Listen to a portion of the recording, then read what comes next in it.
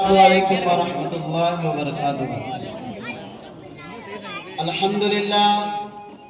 الحمدللہ الذی بیدہ تصریف الاحوال والصلاة والسلام علی سید المرسلین والنبیین وعلی آلہ واصحابہ رضوان اللہ علیہم اجمعین، اما بعد فاعوذ باللہ من الشیطان الرجیم، بسم اللہ الرحمن الرحیم۔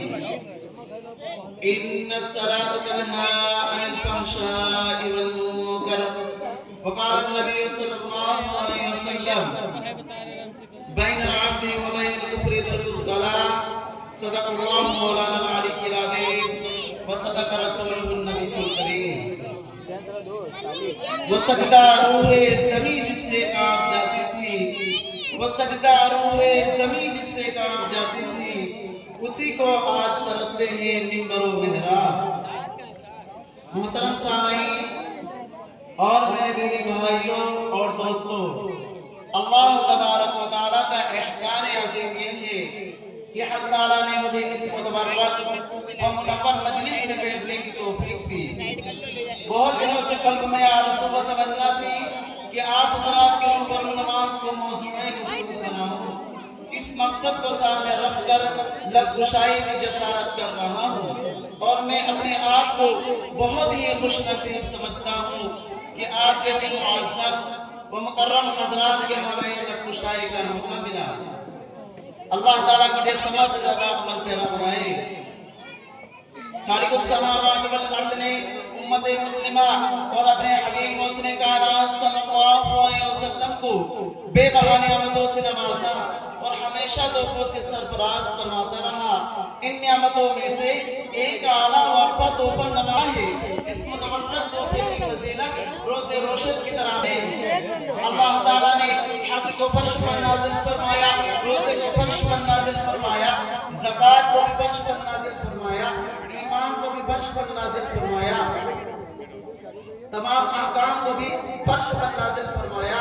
لیکن جب نماز کی باری آئی تو رب کائنات نے اپنے حبیب محسن انسان صلی اللہ علیہ وسلم کو فرمایا کہ ہم آپ کو ایک قیمتی تحفہ دینے والے ہیں، یہ تحفہ بہت اعلیٰ ہے، یہ تحفہ بہت عرفہ ہے۔ اعلیٰ و ارتشے کو اعلیٰ جگہ عطا کیا جاتا ہے، لہذا نماز کو عرص الہی کو جدا جدا عطا کیا گیا۔ برادران اسلام،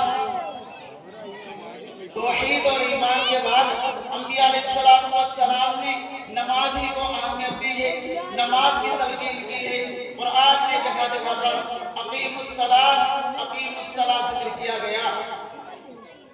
کہیں پر یہ الفاظ ذکر کیے گئے ہیں، یا ایھا الذین آمنوا استعینوا بالصبر والصلاۃ، اے مومنو صبر اور نماز کے ذریعے سے مدد طلب کرو۔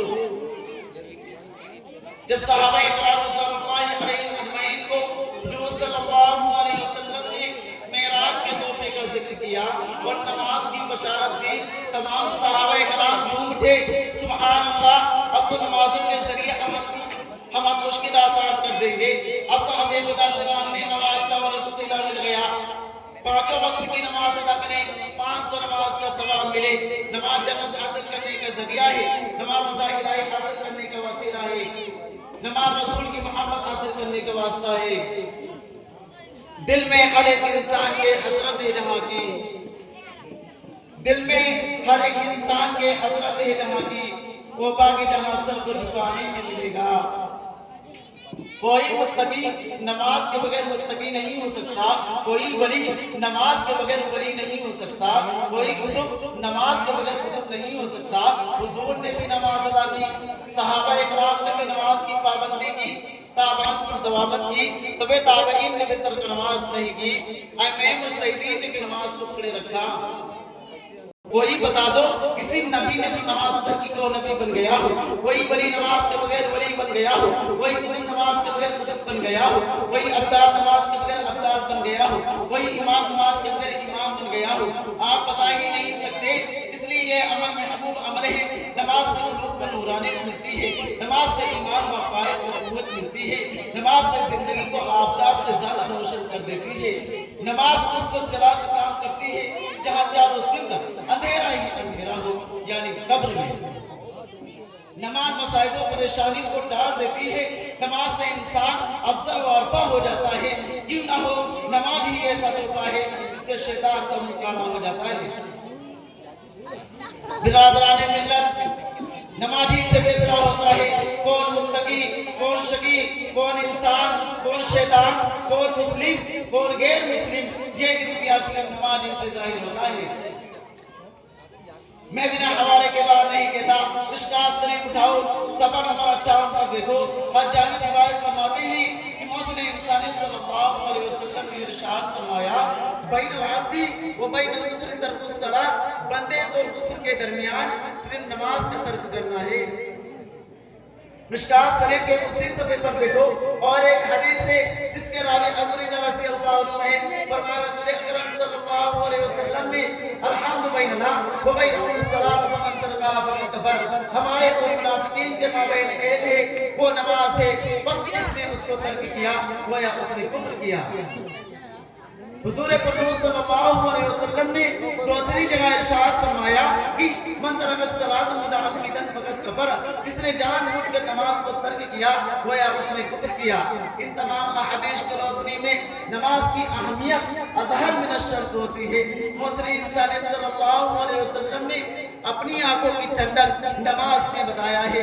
الفاظ یوں ہے، قرۃ عینی فی الصلاۃ، جب بندہ رب کائنات کے دربار میں اپنا سر خم کرتا ہے تو محسن انسان صلی اللہ علیہ وسلم کے آنکھوں کو ٹھنڈک محسوس ہوتی ہے۔ تاریخ الصلاۃ سے نبی آخر الزمان کو تکلیف ہوتی ہے، جس نے بھی محسن انسان صلی اللہ علیہ وسلم کو تکلیف پہنچائی اس کی دنیا و آخرت برباد ہے۔ جب بندہ نماز کو ادا کرتا ہے تو حق تعالیٰ شانہ اپنے تمام انوار و برکات کے ساتھ متوجہ ہوتے ہیں اور بندہ رحمت خداوندی کا ماحول بن جاتا ہے۔